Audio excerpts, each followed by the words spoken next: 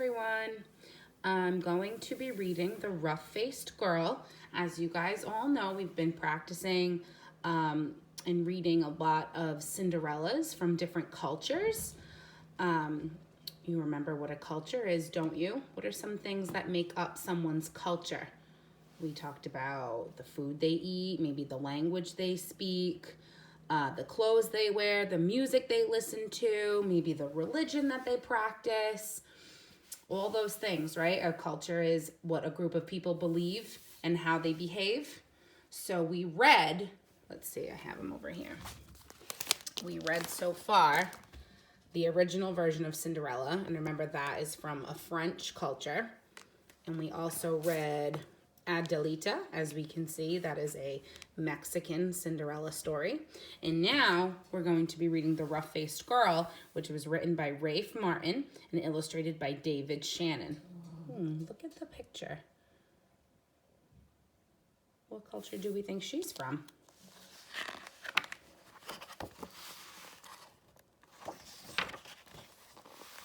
Also, you can't see my face just because I thought it would be more interesting to actually see the pictures and the words, and you can just hear me. Once long ago, there was a village by the shores of Lake Ontario. Look at what they're living in.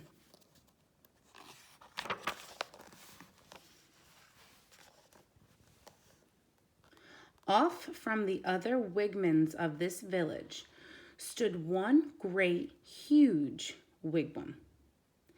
Painted on its sides were pictures of the sun, moon, stars, plants, trees, and animals. And inside this wigwam, there was said to live a great, rich, powerful, and supposedly handsome invisible being. However, no one could see him except his sister, who lived there too. Many women wanted to marry this invisible being, but his sister said, only the one who can see him can marry him.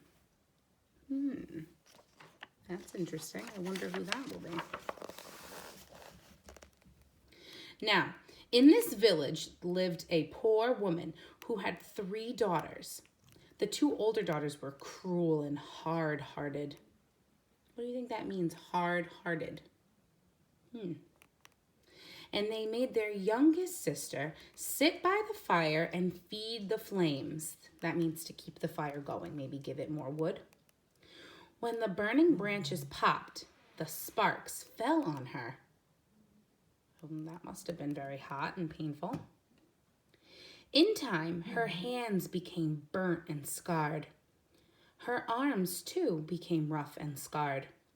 Even her face was marked by the fire, and her beautiful long hair hung ragged and charred. And those 2 older sisters laughed at her, saying, "Ha! You're ugly, you rough-faced girl." And they made her life very lonely and miserable. So, if we were thinking about Cinderella, and thinking about the other ones that we have read, who would you think that the older 2 sisters remind you of, and who this girl reminds you of? Don't mind Rocco, he wants to be in the video too.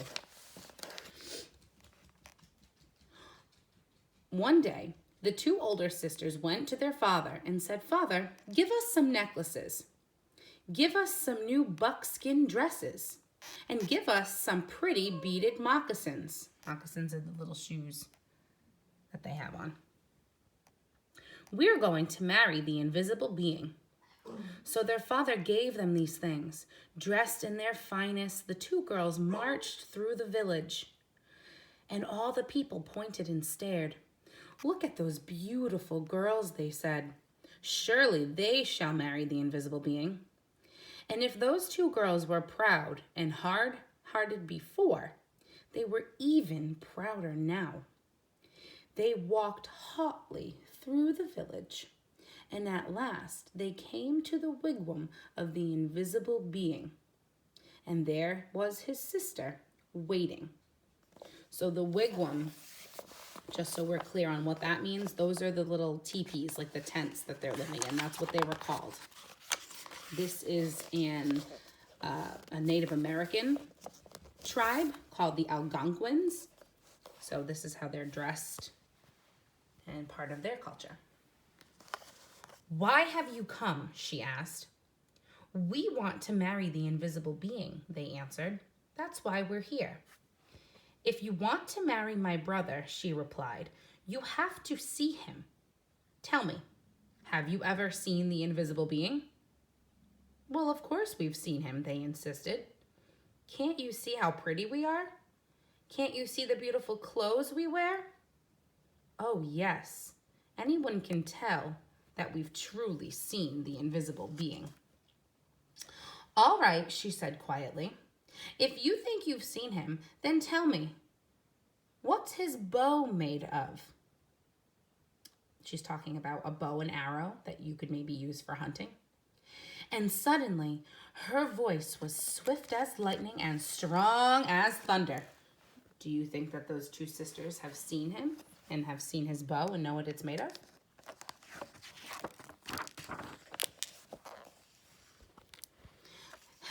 "His bow," they stammered in surprise. "His bow. We know." But turning desperately to one another, they whispered, "What shall we say?" "Let's say it's the oak tree." So they said, "It's the great oak tree." "No," said the sister of the invisible being. "No." Oh, she saw how they lied at once. "Tell me," she continued, "if you think you've seen my brother, the invisible being, then what's the runner of his sled made of?" Yeah, we know," cried the two sisters, but whispering feverishly again, and they wondered, "What shall we say? What shall we say? Let's say it's the green willow branch." "No," said the sister when she heard them. "No, you have not seen my brother. Now go home." "Just test us fairly," she exclaimed. "We've seen him. Just don't ask us all these silly questions." "All right," said the sister of the invisible being. "Come with me." And she took them back to the great wigwam and sat them in the seats furthest from the entrance. Soon they heard footsteps coming along the path. Oh, I wonder who that is. Then something stepped inside. Though they had heard breathing, the two sisters still couldn't see anything. Suddenly, a great bow and a beaded quiver of arrows appeared in the air and were set down. But though those two girls sat there, their eyes wide, they never saw a thing. And in the morning, they had to go home, ashamed. Why do you think they were ashamed?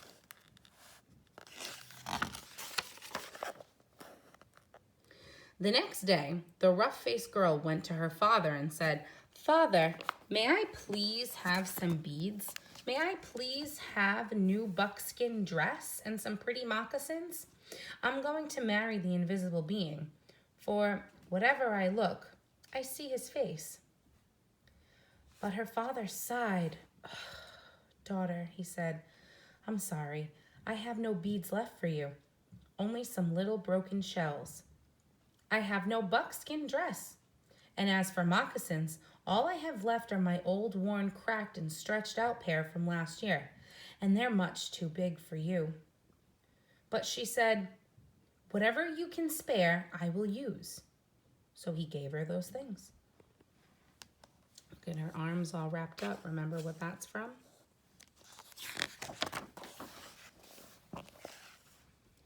Then she found dried reeds, and taking the little broken shells, she strung a necklace. She stripped birch bark from the dead trees and made a cap, a dress, and some leggings. Excuse me. Then, with a piece of sharp bone, she carved in the bark pictures of the sun, moon, stars, plants, trees, and animals. Where else did we see all those same carvings? She went down to the lake shore and soaked the moccasins in the water until they grew soft. Then she molded them to her feet.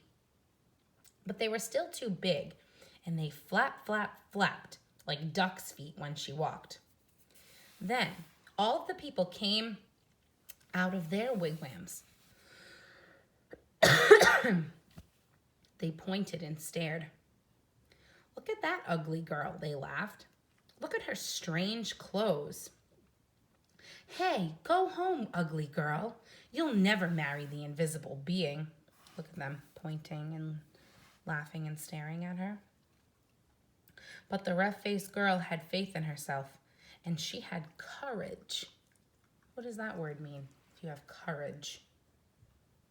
She didn't turn back. She just kept walking straight through the village. As she walked on, she saw the great beauty of the earth and sky spreading before her. And truly, she alone, of all in that village, saw in these things the sweet yet awesome face of the invisible being. Look there. Do you see a face?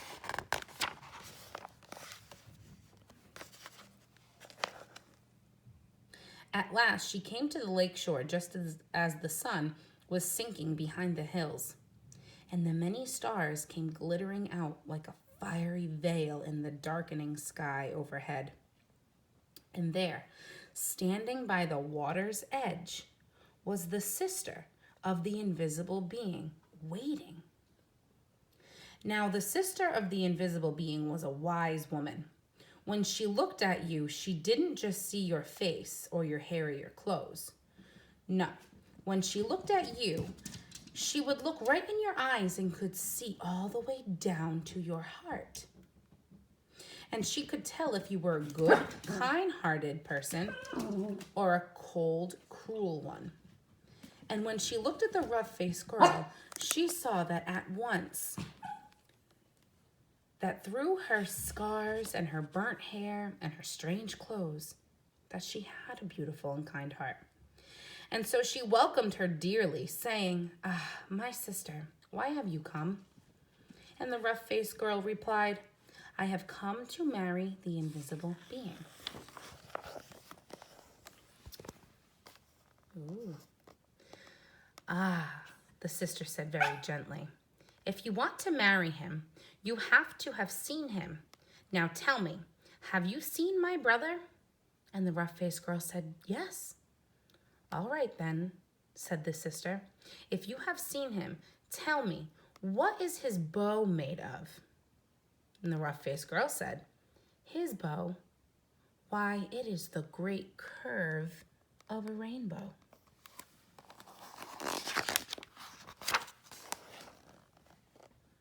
"Ah!" exclaimed the sister in excitement. "Tell me," she said, "if you have seen my brother, then what is the runner of his sled made of?" And the rough-faced girl, looking up at the night sky, said, "The runner of his sled? Why, it is the spirit road, the Milky Way of stars that spread across the sky." This is what she's talking about right here, what he uses to pull his sled across the sky. "Ah!" cried the sister in wonder and delight. "You have seen him. Come with me." And taking the rough-faced girl by her hand, she led her back to the great wigwam and sat her in the seat next to the entrance. This was the wife's seat. Then they heard footsteps coming along the path closer and closer. The entrance flap of the wigwam lifted up, and in stepped the invisible being. And when he saw her sitting there, he said, "At last, we have been found out." Then, smiling kindly, he added, "And oh, my sister, she is beautiful." And his sister said, "Yes." The sisters of the invisible being then gave the rough-faced girl the finest of buckskin robes and a necklace of perfect shells. "Now, go bathe in the lake," she said, "and dress in these things." So the rough-faced girl bathed in the waters of the lake. Suddenly, all the scars vanished from her body, and her skin grew smooth again, and her beautiful black hair grew in long and was glossy as a raven's wing. Now anyone could see that she was indeed beautiful. But the invisible being and his sister had already seen that from the start. So look at what she's turned into. Even though all those things happened to her. Then at last, the rough-faced girl and the invisible being were married, and they lived together in great gladness and were never parted. So I want you to think about that and how that kind of relates to the other Cinderellas that we've read. All right, think about how she is at the beginning of the story and how she's treated, and then what starts to happen to her towards the end of the story and how things change for her. But also, I want you to think about her behavior and how she acted.